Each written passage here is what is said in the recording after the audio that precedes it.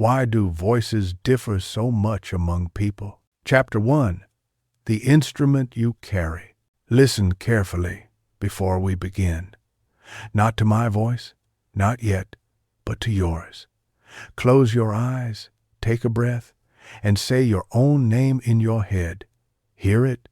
The way the first syllable rises like a bird off the branch and the last settles into a quiet shore? That shape those waves of air twist through a tunnel of bone, muscle, cartilage, saliva, scars, and memories that belongs only to you? No one else has walked your airway. No one else has trained their breath on your particular strings.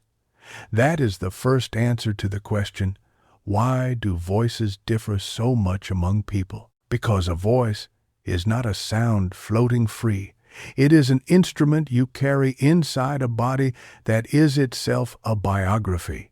I learned this traveling for a year with a battered notebook and a handheld recorder, collecting voices the way some people collect postcards. In Hanoi at dawn, a noodle vendor sang the names of herbs as she worked, and steam made her words bloom. In Marrakesh, a storyteller leaned close and wrapped vowels around my ear as if they were spice. In Reykjavik, a fisherman spoke with the sea still clinging to him. His consonants had the grit of ice. The question followed me from stall to square to bar stool. How can a body be such a precise sculptor of sound, so faithful to its maker, that we can recognize a friend in the next room by a single laugh? To answer, we start with the machine, no, the living instrument. Imagine a violin that is grown, not built, a trumpet with valves that change every year. Your voice begins where breath begins, in the dark bellows of your lungs, thousands of tiny alveoli holding hands with blood. Breath is the bow drawn across your strings. Then, higher, your larynx, the voice box, a cathedral of cartilage housing two folds of tissue we call vocal folds, not chords, though the old word lingers. They look nothing like guitar strings, and yet they do for air what strings do for fingers. They vibrate. We are speaking of tiny flaps of living skin, layered and moist, elastic and obedient, and when you bring them together with a column of air from your lungs, they ripple open and shut dozens, hundreds of times in a single heartbeat to make a buzzing that your body then sculpts into everything from lullabies to protest chants. Now imagine two instruments side by side. One larynx is set a little lower in the throat, the folds a hair longer and heavier. The other is smaller, perched higher, the folds shorter, lighter, longer, heavier folds vibrate more slowly, lower pitch. Shorter, lighter folds vibrate more quickly, higher pitch. The carpenter's rule is simple, length and mass shape frequency. But a human throat is no factory standard. We inherit jawlines and necks. We grow under different hormones. We carry different histories. Puberty rearranges the stage. For many boys, testosterone thickens and lengthens the folds.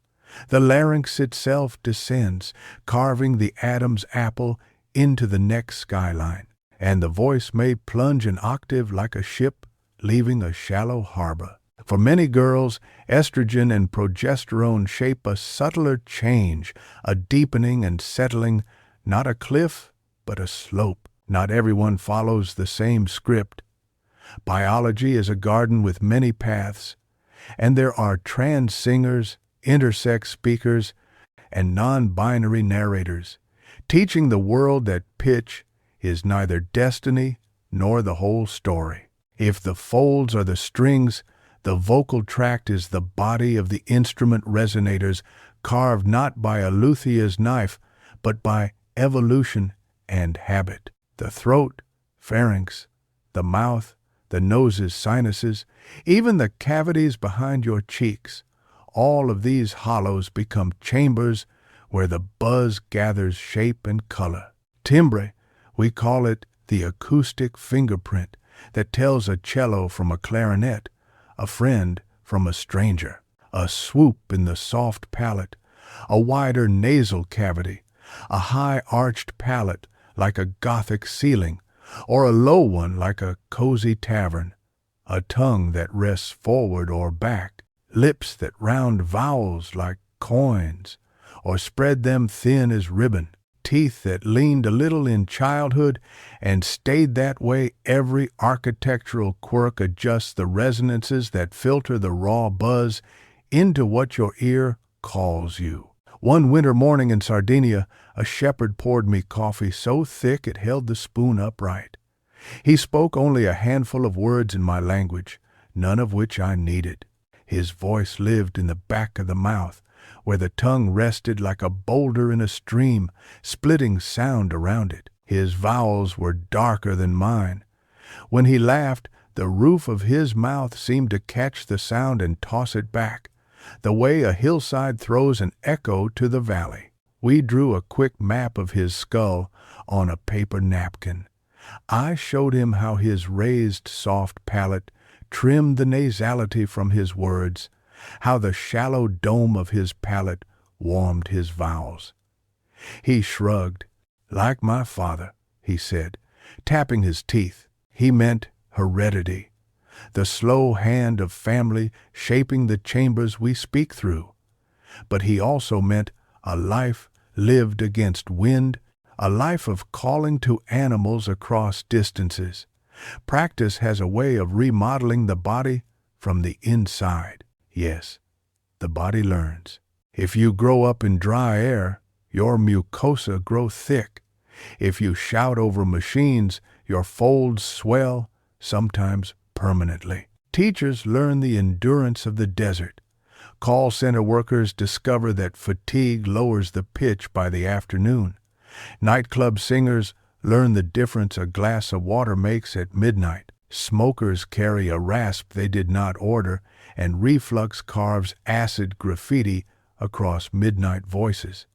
Scar tissue can stiffen the folds like a blister on the bowing hand. Nodes calluses where the folds kiss too hard, too often sand the edges of a voice until its bright silver is softened to steel wool. And then there are the temporary masks we wear. A cold thickens, the morning is gummy, the evening wind lets pitch fall and rhythm loosen. A voice is a weather report. It tells you when the body was rained on. The machine is only half the truth. The other half is the musician. There is a brain learning micro movements that no one can see but everyone hears. Laryngeal muscles, tiny and many, adjust the tension of the folds the way a watchmaker adjusts springs. The tongue is not a single thing at all. It is an orchestra. Each section raising and lowering, sliding forward and back to carve tunnels for sound. The jaw opens not merely to let sound out, but to tune the chamber. The lips round to focus a vowel like a lens focuses light. And the conductor is hearing. We speak like what we think we sound like. The inner loop is ruthless. The ear listens, the brain corrects, the folds adjust. The ear listens again. People with hearing loss sometimes speak with unusual volume or vowel shape, not because they are careless, but because their monitor is dim. Restore the hearing, and the voice reshapes itself quickly, as if a mirror were wiped clean. Consider a child in Lagos learning 3 languages at once, each one with its own set of sounds. The mother's tongue is tonal pitch holds, meaning so the child's brain calibrates pitch with the care of a violinist. English arrives with its stress accents and sprawling vowels. Yoruba sings with multiple tones. The grandmother's lullabies teach a flexible larynx and agile tongue. By 6, the child is a master of minute adjustments the rest of us might never learn, making sounds on demand with a throat that is not so much a tunnel as a garden of movable walls. Meanwhile, a teenager in Helsinki grows up in long winters in quiet rooms and learns to speak softly, close to the mouth, vowels long enough to lay a nap on them. 2 bodies, 2 cultures, 10,000 small decisions shaping muscle memory. It is tempting to say the difference lies in accent, to put the responsibility on language alone, but accent is just the costume. Under it is a deep muscular habit, a choreography of tongue and breath trained since birth.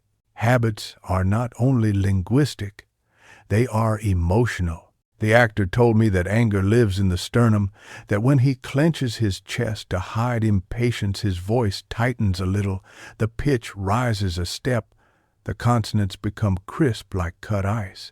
The therapist said you can hear shame in a throat that collapses, the larynx going soft, vowels falling inward as if to apologize for asking to be heard. Joy, she said, sits in the eyes, and then the cheeks, and then the voice, and when a laugh is not allowed to escape, it finds its way into words, a little bounce on the vowels like sunlight on the sidewalk. These are not metaphors. They are breath patterns, muscle settings, a tilt of the head that lengthens one side of the neck and changes the tension of the folds. A chronic fear can make a quiet person of you. A safe room can give you a bolder pitch. You think your voice keeps your secrets?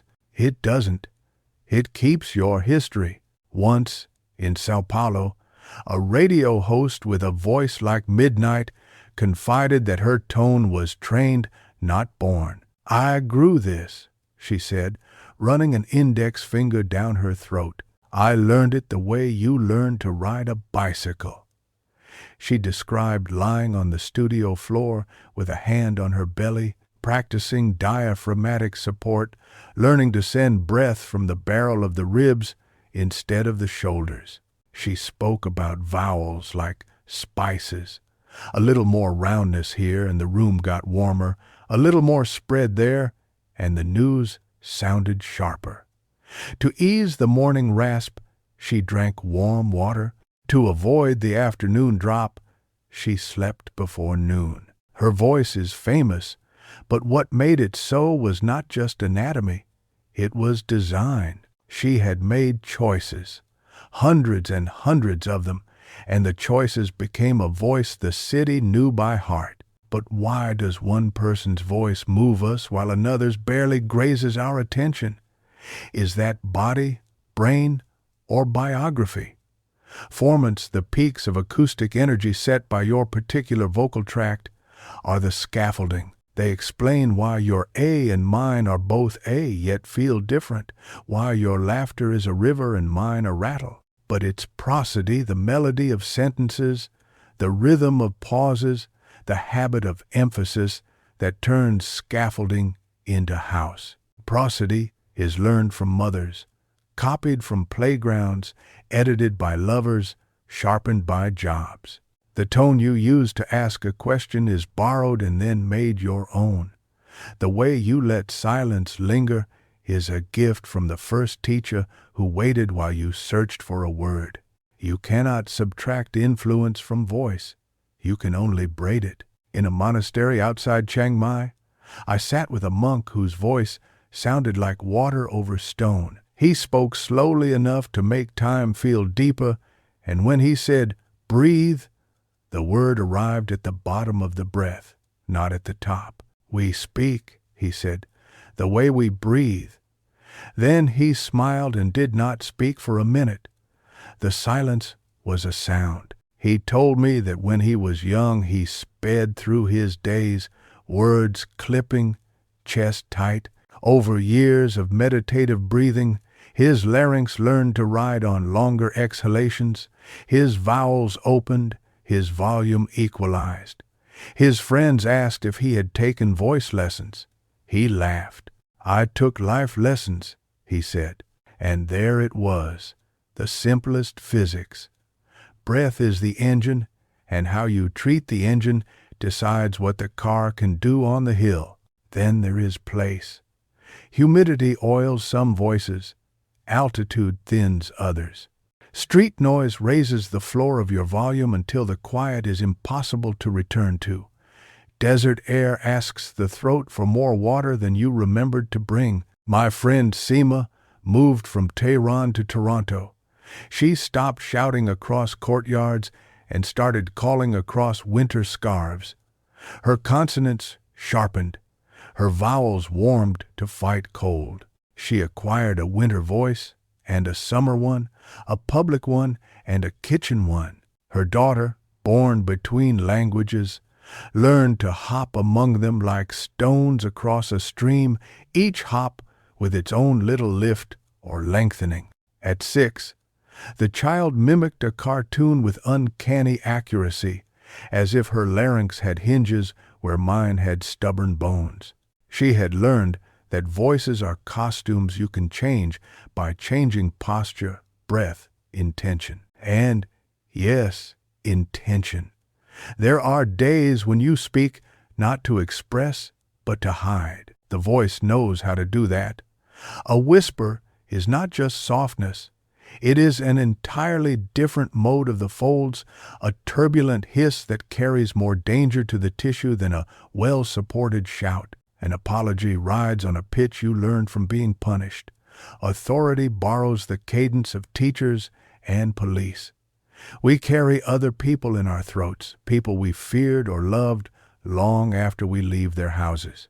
My father's ahem lives in my mouth. My friend's sarcasm built a loft above my upper teeth and sometimes squats there, uninvited. When I am kind, I hear an old neighbor in the way my consonants soften. We are echo chambers of one another, and so our voices differ not only because our bodies differ, but because our influences chose different rooms to linger in. Is it possible two people could sound exactly the same? A boy in a Cape Town classroom asked me. For a second, I thought of identical twins and forensic spectrograms. Then I remembered a busker I met in New Orleans who could throw his voice into the shape of others. Louis Armstrong, Tom Waits, a preacher I swear I had heard in Memphis. He had practiced until his soft palate could find the exact unmarked place people called gravel, and his tongue could trace somebody else's vowel map like a fingerprint. And yet, when he lost the impression and spoke to me as himself, his own formant stood up like a crest rising above foam. There he was, unmistakable. A spectrogram would have shown me the stripes of energy that his specific vocal tract made every time he spoke. Even in impersonation, something fundamental peeks through. The answer is no, not exactly. Even mothers' and daughters' voices part ways in the spectrographic light. Even twins have different scars. A few years ago, I met Alma, a speech therapist who worked with transgender clients. She taught me more about difference than any acoustics textbook could. Alma's studio had a wall of round paper lanterns that made everyone's eyes soft. Pitch is a note, she said, and note is only one note in the song. She had students work on resonance, where in the body the sound seems to ring. She helped them release laryngeal tension or find a forward placement in the mouth. She taught them breath management, not to build volume, but to build ease. She explored intonation patterns, how questions and statements travel the staircase of pitch. Many of my clients come in thinking there is one right voice for who they are, she said. What we do is not look for one right voice. We look for authenticity that also keeps them safe in a world that tries to sort people by sound. The more I watched, the more obvious it became. You can't separate voice from identity, and you can't separate identity from context. Why do voices differ? Because we differ, and because the world listens differently to each of us, and so we learn different ways to be heard. In a small cafe in Athens, a poet told me her mother's voice was higher when speaking to men and lower with women, warmer in kitchens and colder at banks. So which is her true voice? I asked. The poet made a cradle of her hands. All of them, she said. A voice is a nest. Many birds land and leave. When her mother fell ill, her voice became a whisper even when the disease spared her lungs. Grief had moved the furniture. Later, when she recovered, laughter relearned the way to her vowels, but it wasn't the same. A season had passed through her body and left rings we could not see but could hear. The nest had widened. If you've ever listened to a recording of yourself from years ago and felt a slight sting of unfamiliarity, you know this. We are not what we were, and our voices hold the proof. Science offers a comfort in its names. It will give you terms like fundamental frequency and harmonics, formants and jitter, shimmer and perturbation, spectral tilt and glottal closure. These help if you're tuning a microphone, teaching a choir, building a speech recognition engine. They explain why two vowels that look the same on paper feel different in the ear, why the same pitch can sound gentle in one throat and stern in another. But the names are only labels on jars. What the jars hold is brine and spice and time. Your voice is your biography. It is your DNA braided with breakfast, your skeleton plus your city, your parents and your posture, your laughter and your scars. It is the songs your grandmother hummed and the machines you shouted over, the jokes you told and the nights you cried into a pillow. It is you, carried in air. The recorder I used all those months developed a wobble, the way a knee sometimes does after too many stairs. Near the end of my year, back home, I played back the first file I had captured, a ferry captain calling out the departure time with a long, satisfied ooh on the hour. The file hissed. The captain's voice came through anyway, clean as a bell, old salt and new joy together in one vowel. People at the dock had turned to look when he spoke, not because he shouted, but because he was the sort of man who had been heard all his life and therefore had learned to trust his sound. That too is difference. To be believed is to speak differently than one who is not. To be interrupted is to build short sentences that end themselves quickly, to place emphasis with haste. To be welcomed is to relax your breath and let adjectives wander. We don't admit this enough. Social power shapes vocal shape, and what of the songs we never sang because someone made a face at our first attempts? In a school auditorium, a child cracked a note, and the room laughed, and for a decade the child spoke in a flatter way, as if he had cut the hilltops off his pitch so no one could see him fall. As an adult, he learned to sing again, softly, in the shower first, then in cars in traffic, then in small rooms with forgiving lights. His voice returned, not because his folds changed, but because permission did. We should put that on a poster. Permission is the missing ingredient. The oldest recording I ever held was a wax cylinder from a university archive. It held the voice of a woman long gone, telling a story she had learned from her grandmother. The cylinder, cracked and fragile, still carried the tremor of her laughter in a phrase about a honey thief. The archivist handed me headphones as if they were bread and wine. The woman's story poured into me through 100 years and 2 layers of static.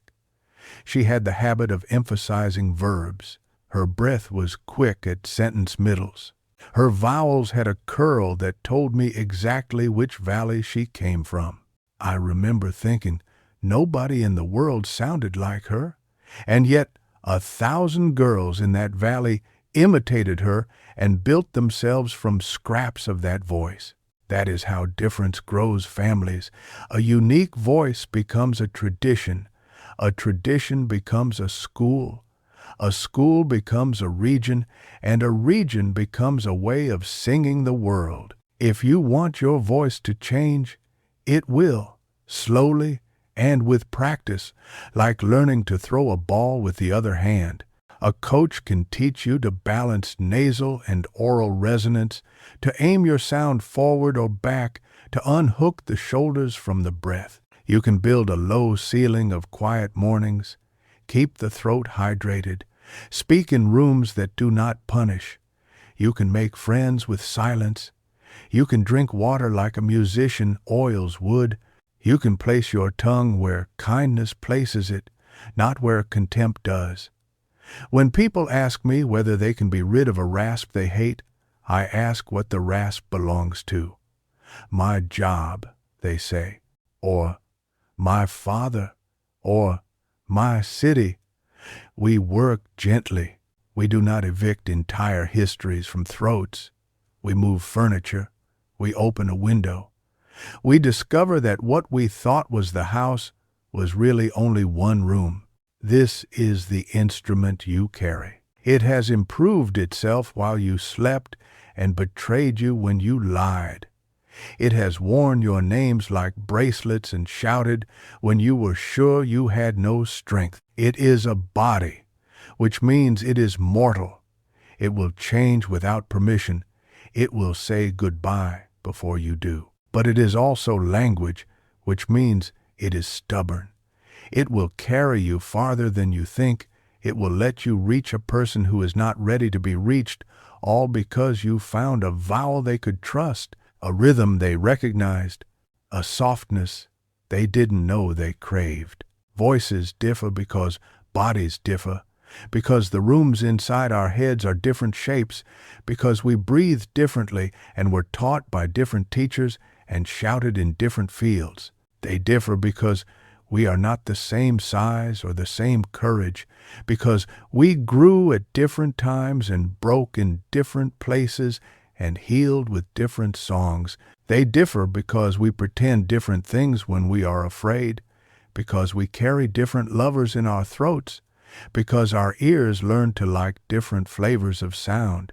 They differ because your voice is not just a sound, but a place where your life meets the air. Tomorrow, if you will come with me, we will step from the instrument to the world around it. We will listen to how culture, technology, and the stories we tell about ourselves pull on the strings and push on the ribs. How microphones and masks and megaphones make strangers of us and friends. How the marketplace asks for one voice and the heart offers another. We will talk about mimicry and medicine, about justice and joy. For now, sit with your own sound. Say your name again. Place it in the room like a candle. Watch the flame. It wobbles. It steadies. It glows. It is yours. It is you. Chapter 2. The world that answers back. Your voice leaves your body and enters a weather system. Out there, the air is busy. Rooms shape the sound. Microphones judge it. Markets weigh it.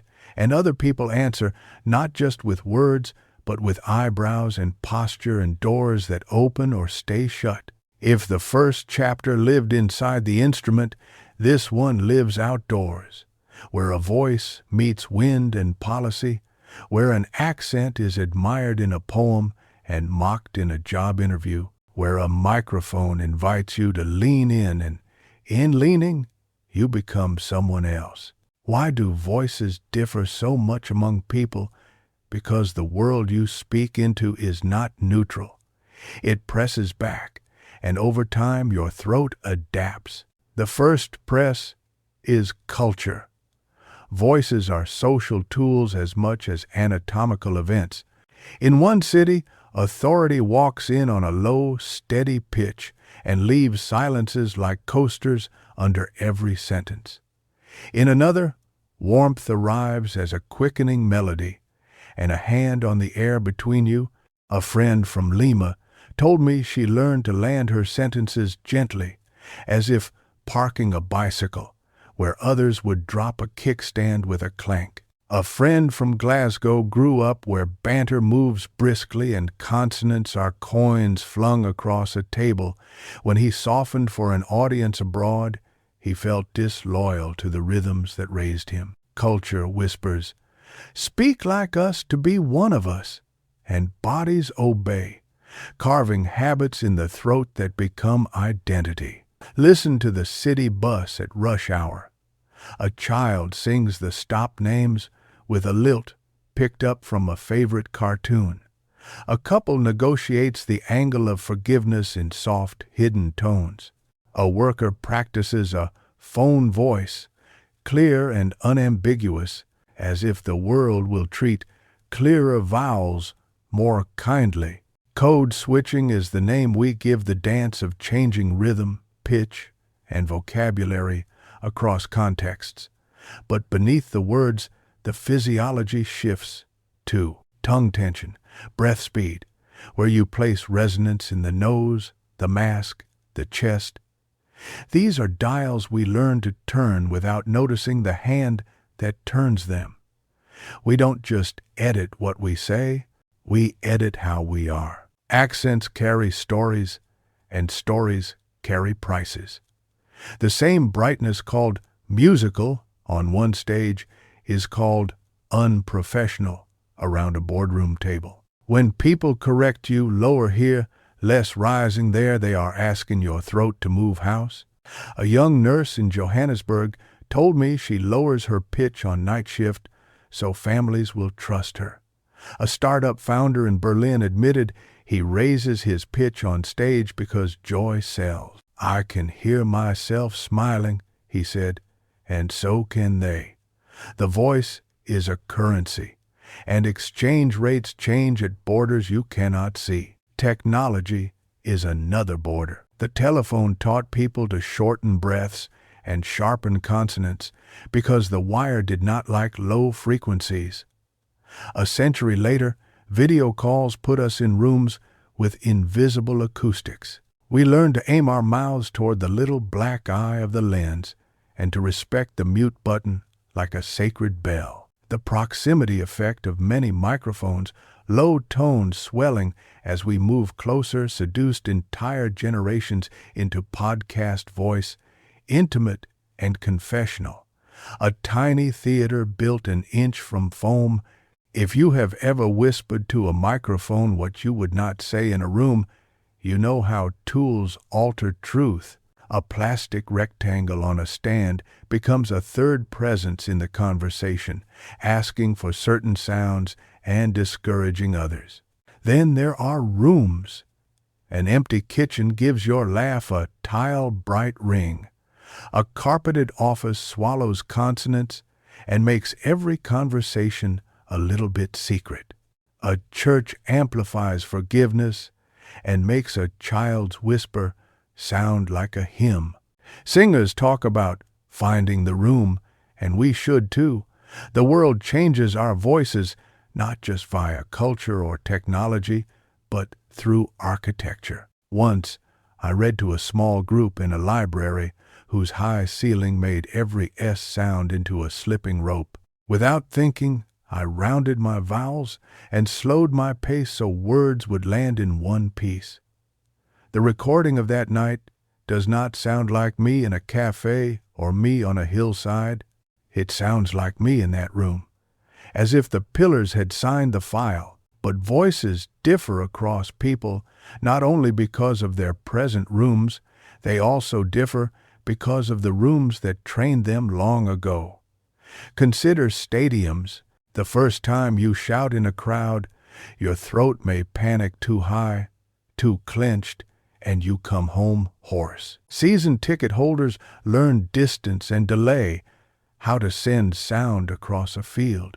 Vowels open like sails, breath comes from the belly, consonants are thrown forward like stones skipping a lake. Over years, the chant stamps itself into the folds, and the supporter begins to carry stadium habits into daily life. A readier breath, an easier volume, a fondness for unison. Choirs do this too.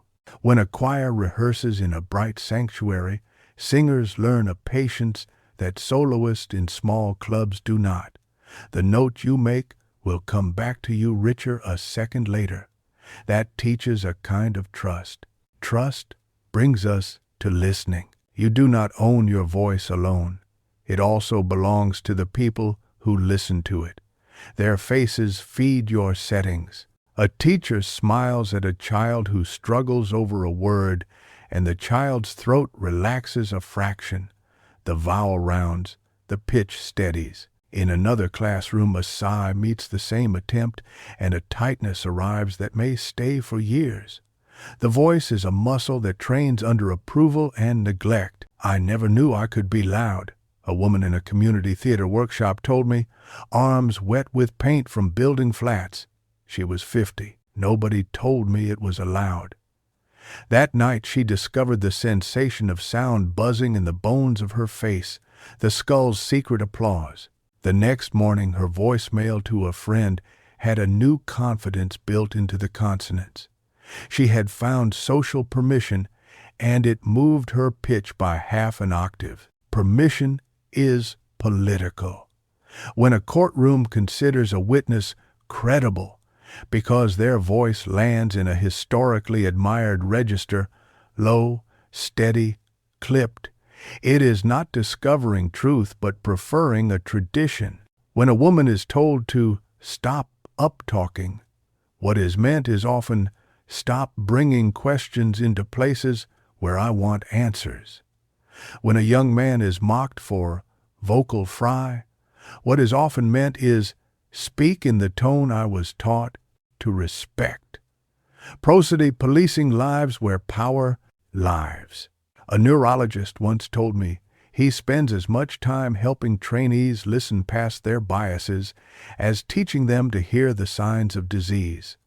A reduced loudness that hints at Parkinson's, a nasal air escape that suggests palate weakness, a tremor, not of the hands, but of the voice that reveals tiny elements of the brain under stress.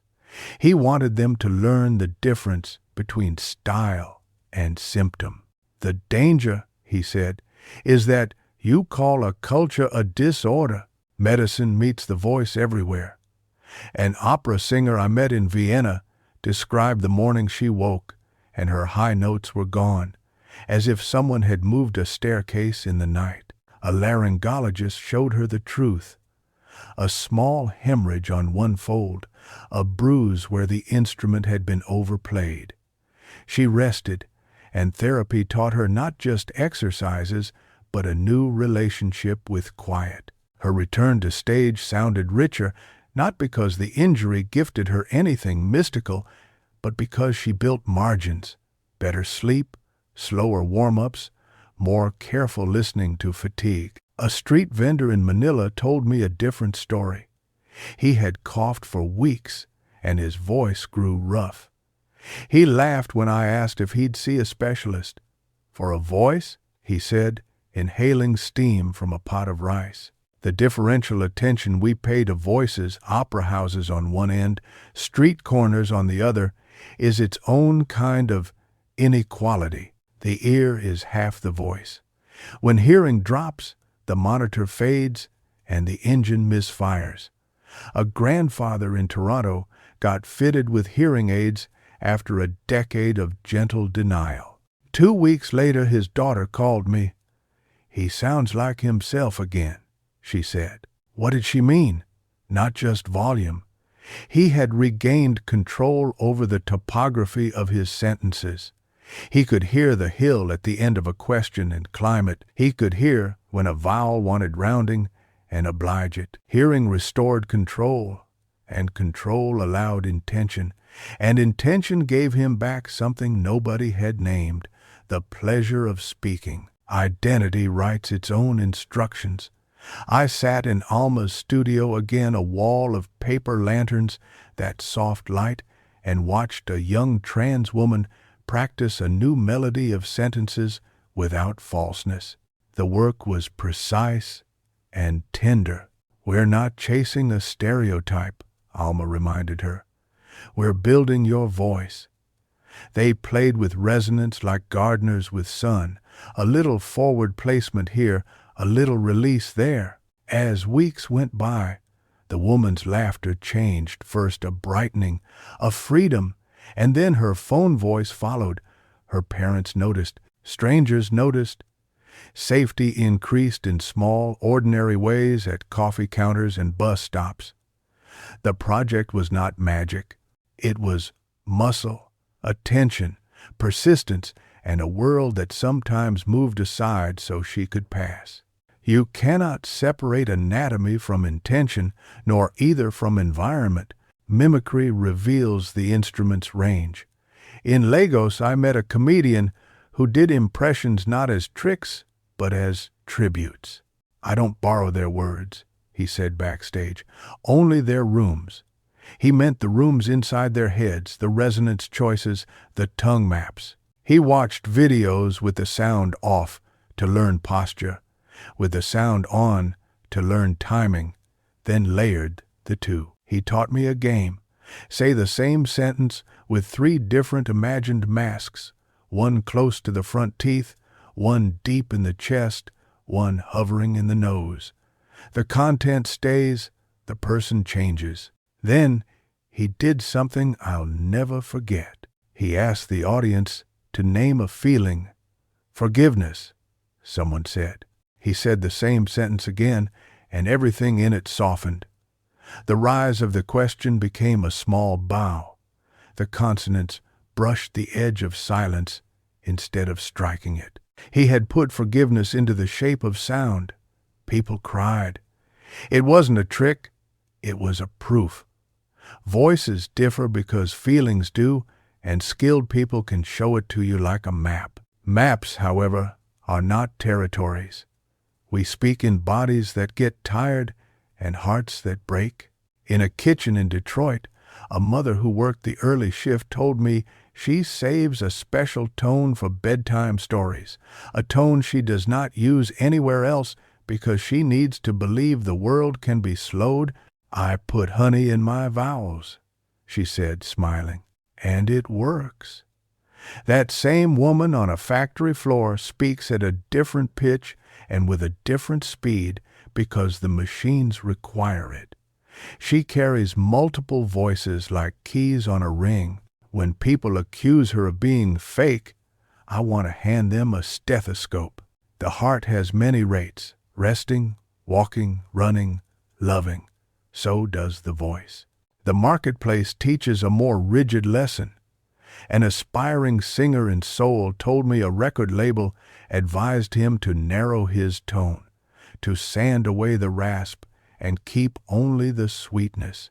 They said the algorithm favors clarity, he sighed. He worked with a producer who polished his recordings until they gleamed.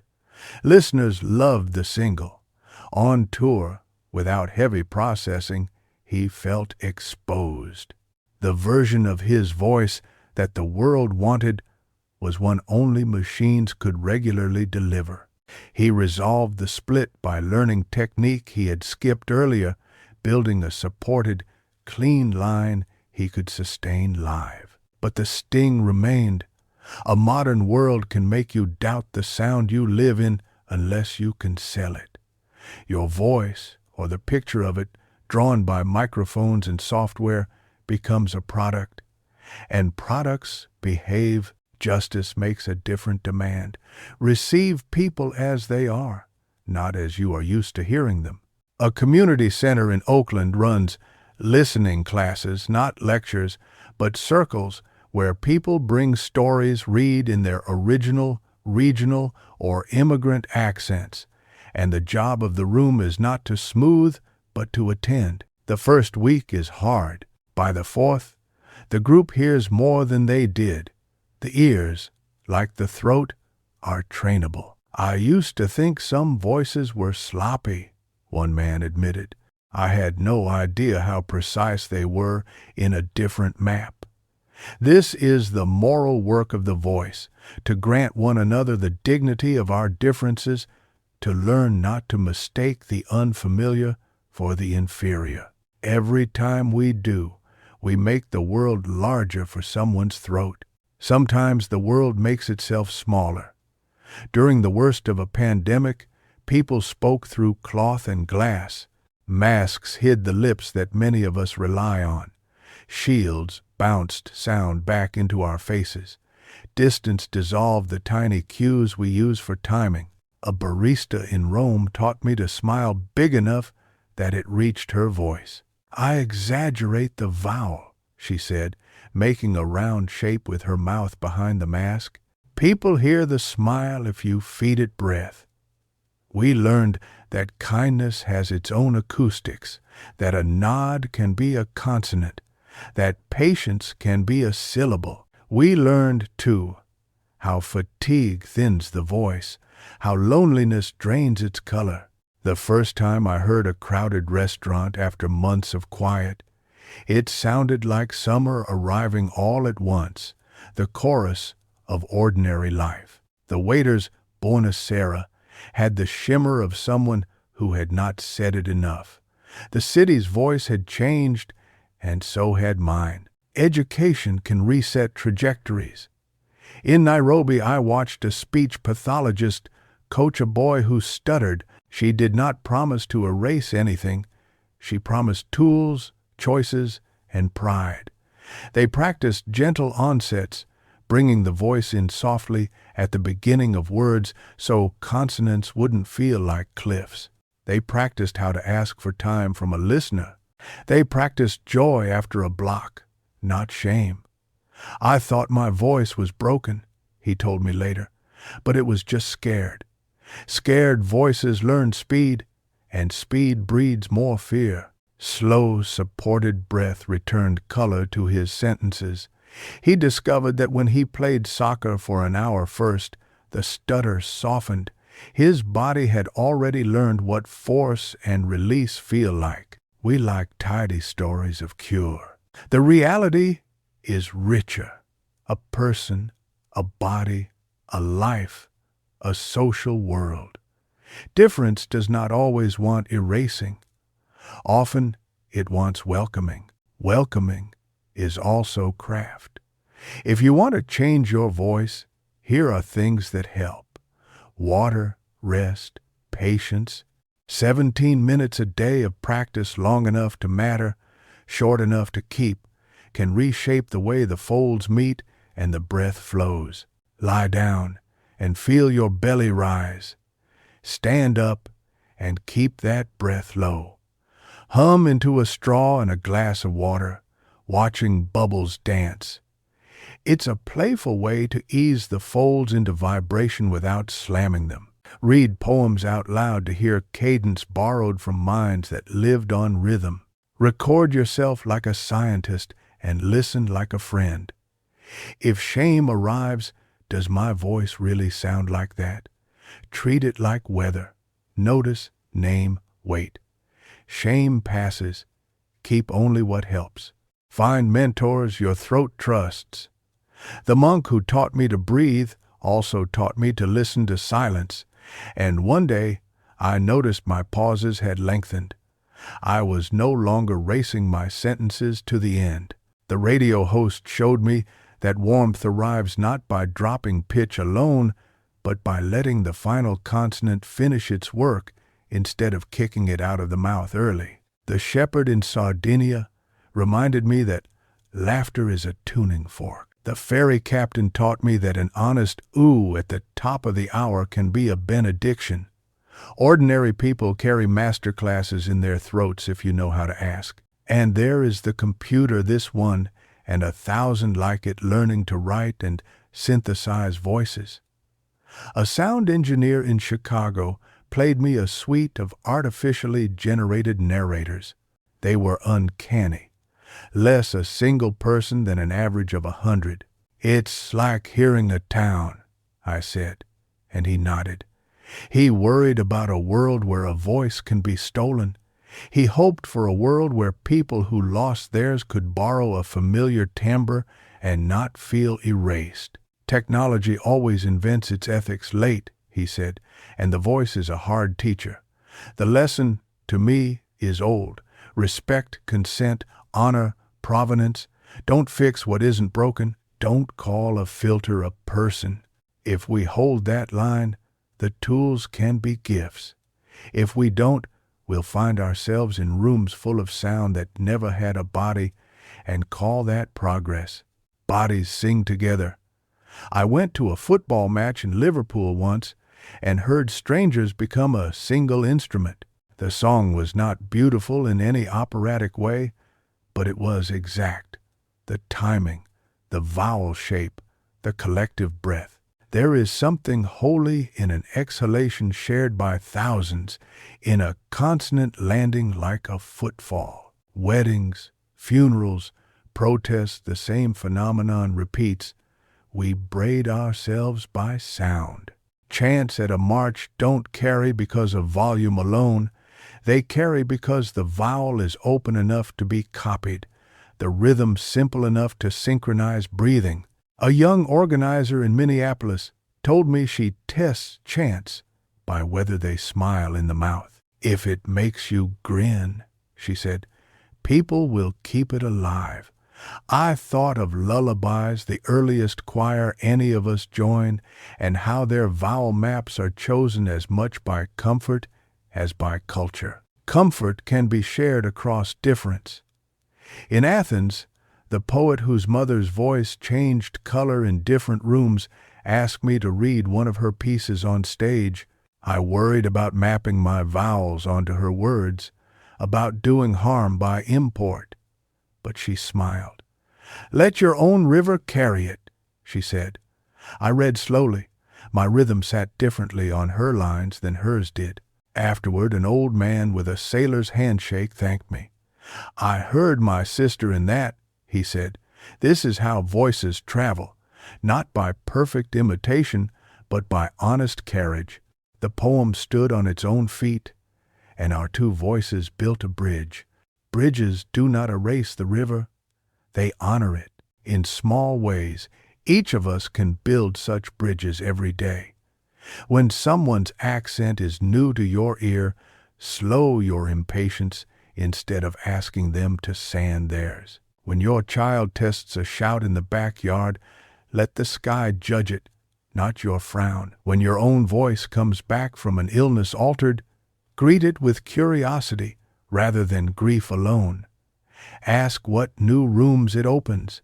If you lead a team, don't teach one professional tone as if a single city owned the weather. Teach clarity, respect, and choice. A workplace that welcomes different instruments will discover harmonies it didn't know it needed. I think often of the wax cylinder with a woman's laughter wound into it. Technology held a life's music like a museum jar, and yet the moment I heard it, glass became fruit again. My own grandmother's kitchen returned, the spoon on the bowl, the vowel that meant stay, the cadence that meant eat more.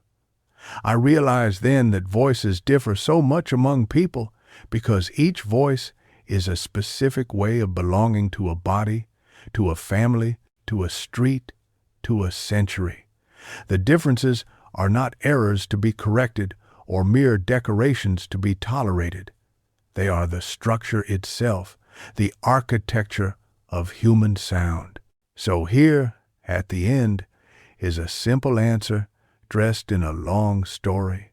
Voices differ because biology gives us varied instruments, because experience trains those instruments in directions as diverse as weather, because culture, technology, and power encourage some settings and discourage others, because emotion reroutes air, because rooms invite different shapes, because choice is real.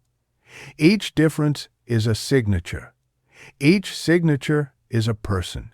The practical coda is brief and yours to keep.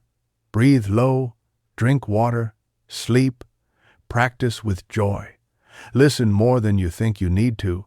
When you hear a voice you don't understand, add time and attention before you add judgment. When you speak, put truth into your vowels.